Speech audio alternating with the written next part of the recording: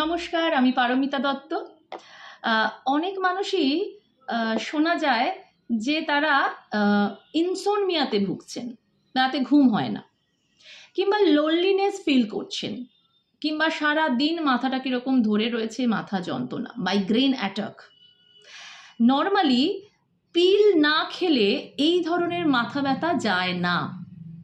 যদি এরকম ঘটনা আপনার সাথে ঘটে তাহলে ডেফিনেটলি আপনার ক্রাউন চাকরা আন্ডার অ্যাক্টিভ রয়েছে।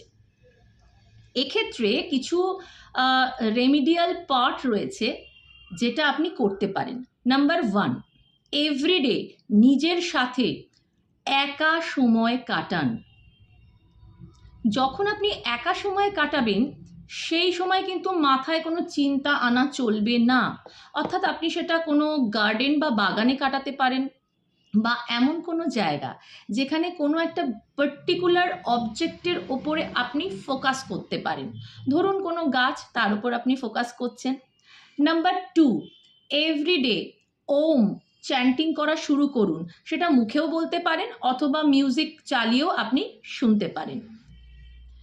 নাম্বার 3, আপনার বডিকে ডিটক্স করতে পারেন। তার জন্য ডিটক্স ওয়াটার খেতে পারেন, কিংবা ধরুন সপ্তাহে একদিন ফাস্টিং করলেন, অথবা লিমফ্যাটিক ড্রেনেজ করুন। নাম্বার 4, চোখ বন্ধ করে একটা শান্ত জায়গায় বসে পড়ুন এবং ফিল করুন ওপর থেকে একটা হোয়াইট লাইট বা পার্পল লাইট আপনার ফুল বডিকে ঢেকে দিচ্ছে।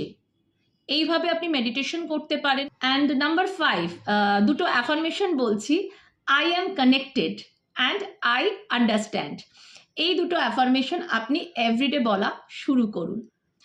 এছাড়াও আপনি রেইকি হিলিংয়ের সাহায্য নিয়ে আপনার 7 চাকরাকে আপনি ব্যালেন্স করতে পারেন, অথবা নর্মালি চাকরা হিলিং করতে পারেন। এতে কি হবে, আমাদের যে ফিজিক্যাল প্রবলেম আসে সেই প্রবলেমগুলো থেকে আপনি সম্পূর্ণ বেরিয়ে আসতে পারেন।